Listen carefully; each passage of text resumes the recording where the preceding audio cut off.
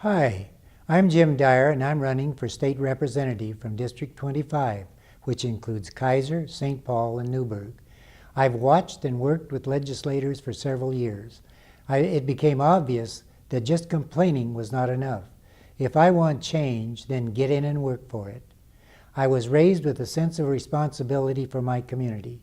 My core values are very similar to those of most Oregonians. I would like to bring them with me to the state legislature.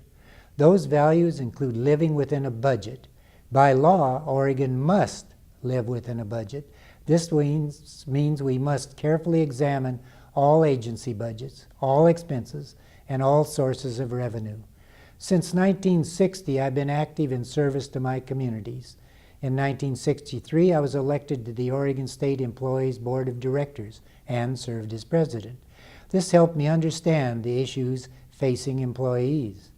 I've also served as director and president of the Oregon Employees Federal Credit Union. This gave me an experience in budgeting and serving members' financial needs. I've received various community service awards, including one from the Kaiser Chamber of Commerce in recognition of my efforts to make our community a better place for all. I have developed goals that I will work to achieve in the legislature. Protect our children's future by funding education at a level that will meet the needs of kids in school and in life. Critically examine sources of revenue and establish a rainy day fund based on several past years' experience. Carefully examine state programs and agencies for efficiency and staffing to determine savings that may be made. Be open to people. Listen. Oregonians know what is important to them.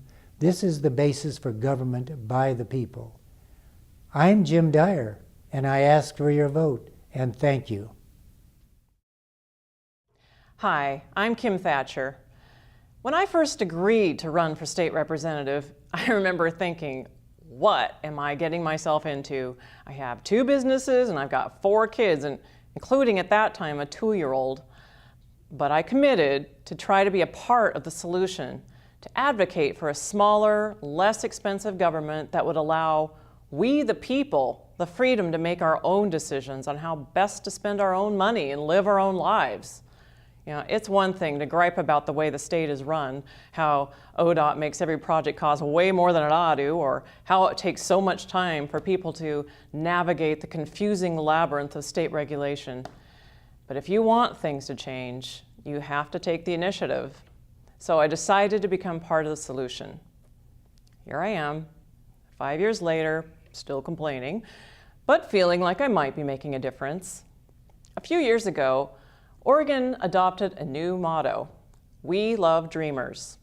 And I believe that the people of Oregon do love dreamers, the risk takers and entrepreneurs who invest in the state and create jobs. The biggest obstacle, unfortunately, for those dreamers here in Oregon is the punitive attitude of government. From the corner hot dog stand to Oregon's own Nike, which was started as a guy selling shoes out of his trunk, entrepreneurs are the dreamers who drive this economy in this state.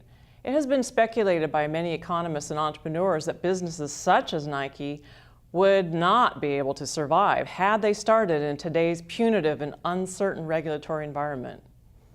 Where there's too much government, dreams die, such as the dreams of a 7-year-old entrepreneur who set up a lemonade stand recently and was shut down by an overreaching government bureaucrat. When there's too much government meddling in the economy, it creates uncertainty, and it gives people little incentive to invest and take risks. And when that happens, businesses wither, they lay off workers, they file for unemployment, and they're no longer paying taxes. The demand for many human services escalate, while revenues to support those services decline. In short, dreams die. On the other hand, where there's a friendly business environment, dreams can be realized. Thriving businesses hire employees who pay taxes that go to support essential government services.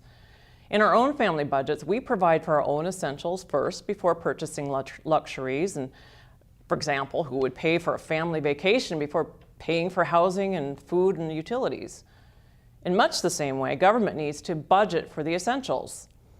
I have been working on establishing core functions budgeting because It only makes sense to budget for those core priorities first and then scale back or eliminate the lower priority programs if you can't afford them. I've been there for 3 sessions, and it's the same thing every time. They pass the budgets for everything under the sun. Education is one of the last things funded. Surprise, surprise. There's never enough money left over to fund it, and it ends up becoming a political pawn. That makes about as much sense as sitting down with your kids and planning on what video games you're going to buy before making sure you have enough money to pay for food. It's pretty dumb.